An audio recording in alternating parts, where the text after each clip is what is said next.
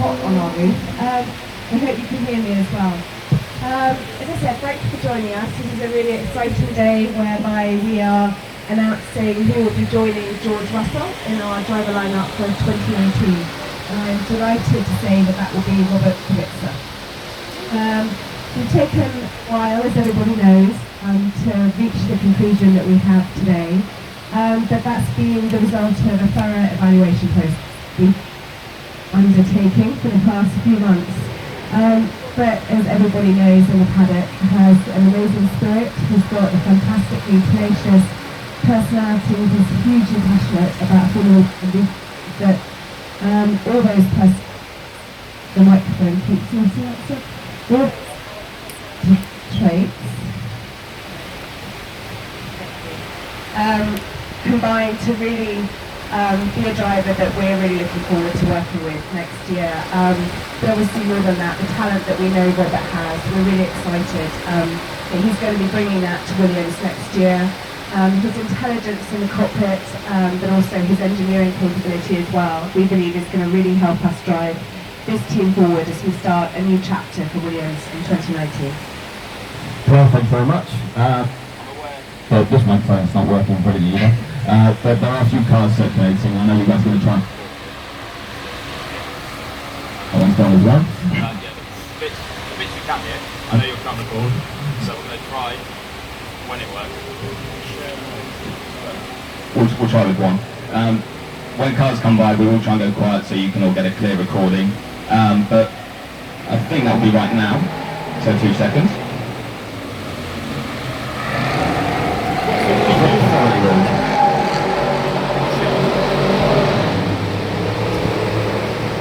But Claire, it's a huge day for Williams, and 12 months ago you were stood here answering questions about what you're going to do with your driver lineup then. What's happened in the 12 months since? How have we got here? Do we now have Robert Kubica back as a Formula 1 driver? Yeah, obviously it's been quite a challenging year for everybody. We're going to be ending this season in last place in the championship. It's not certainly what we were hoping for or expecting, and we've had to do some thorough analysis of what's gone on with the team this year. But Robert really has played an instrumental part in helping drive development of the FW41. But he's going to be a big part in helping us develop the 42 and beyond that. And as I said earlier, he's got an extraordinary understanding of engineering, and he's a real pusher as well. You know, he helps drive the engineers and what they're doing. He pushes me. You know, he talks to me at 2 in the morning in airport lounges around what's gone wrong, what we need to be doing, and that's great to see. We really need a driver pairing that can deliver that for us next year. Well, you mentioned the pairing. There'll be an all-new lineup with George. What are your hopes for those two together, and also a word for the two guys that raced this year in what, as you say, it's been a challenging year? Yeah, sure. So, you know, George, obviously, he's joining us from F2, so he's going to be in his rookie year with us next year, but hopefully he'll wrap up the F2 championship this weekend. We're keeping our fingers crossed that he will. But George as well is incredibly passionate, he's incredibly tenacious too. And I think combined with Robert's experience that he's generated in his previous time in Formula 1, the racing that he's been doing subsequent to his accident, and the work that he's been doing this year in the team, I think is a driver pairing. I'm personally really excited about it, and I'm really looking forward to seeing what they can deliver, not just on the racetrack but away from it as well. But just to talk about Lance and Sergey, if I may, they've done a great job for us this year under what has been really difficult circumstances. They've both been incredibly professional, and they've both given everything both on and off the racetrack. So our thanks from everybody at Williams to what they've done for the team over the past year or so that they've been with us. Okay, well, yeah, that was this year, but let's look forward to the future. I'm sure that's what everyone else would like to do here, so let's not keep waiting any longer. Let's bring in Robert Kubica.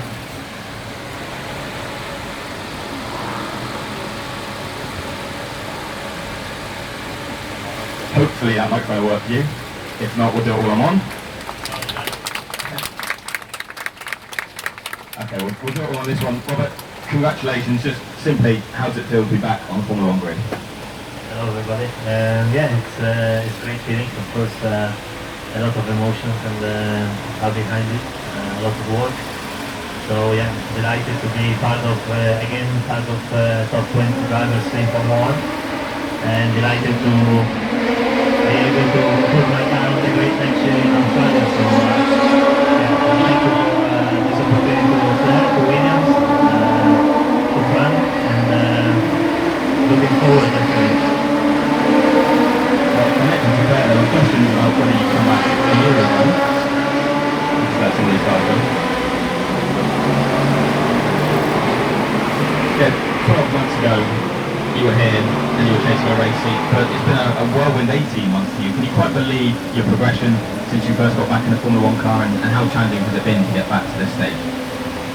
Yeah, as you said, last year we probably were quite close, but it didn't work out, and many people see it as a kind of lose from my side, but honestly I think this year has been a very useful year for my side, for myself, with having opportunity to work with the team, having opportunity to drive the car.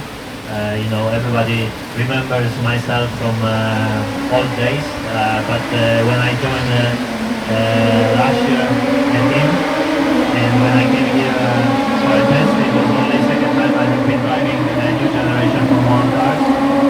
So this year gave me opportunity to understand a bit more about the car from technical point of view. Gave me opportunity to understand from different perspectives how the team works. You know, when you are a race driver, you are focused on your job, so the actually things you see are very limited. I have been an active part of the team this year.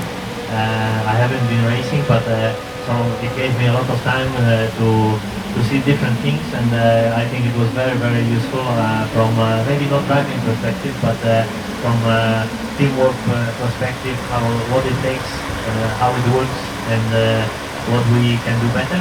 And this is why I'm looking forward also. We have a difficult season, but I'm ready to work with all the team and George in order to hopefully get Williams back where it should be. Thank you, and you'll be driving in FP1 I think tomorrow, but what else is on the agenda for you? What's next in terms of preparations for 2019? Yes, as you said, I will be driving tomorrow at FP1, which was already planned and agreed in the beginning of the year, so it has nothing to do with next year, but for sure it will be kind of a different approach, I think. I don't know, I hope, and I can imagine you know, a lot of pressure or ambitions will stay in the hotel, and I'm ready to start working already for next year. And in fact, we already had a short chat what we will be doing tomorrow, and it will be more about next year learning. So I'm not expecting any fastest times, but it's good because, you know, Formula 1 has changed. There is very limited testing, so we have to use even official F1 session for this, and I'm looking forward to help the team to. It's one of the last chance to understand a few items, and yet next week we will be testing for next year with 2019 Pirelli tires, so it will be very important topic, as the tires are very important in modern Formula 1 in these times, so we will make sure we use those 2 days as much as we can together with the team and George. Thank you very much. Now, TV broadcasters will get the opportunity to ask some questions outside the garage after this. But for now, it's your turn to ask any questions you have. Из So трех if you guys can put your hands микрофонов up, I'll run один around with только this работал, working а mic. во время Do a few shuffles between пресс-конференции yourselves. поехала, как вы видите, дрифтовые машины и дрифтовали все время пресс-конференции, не давая никому послушать. Это такая карма. 2018, как вы уже поняли, Рассел Кубица. Но спасибо Клэр, хотя бы сказала, что Стролл и Сироткин делали хорошую работу.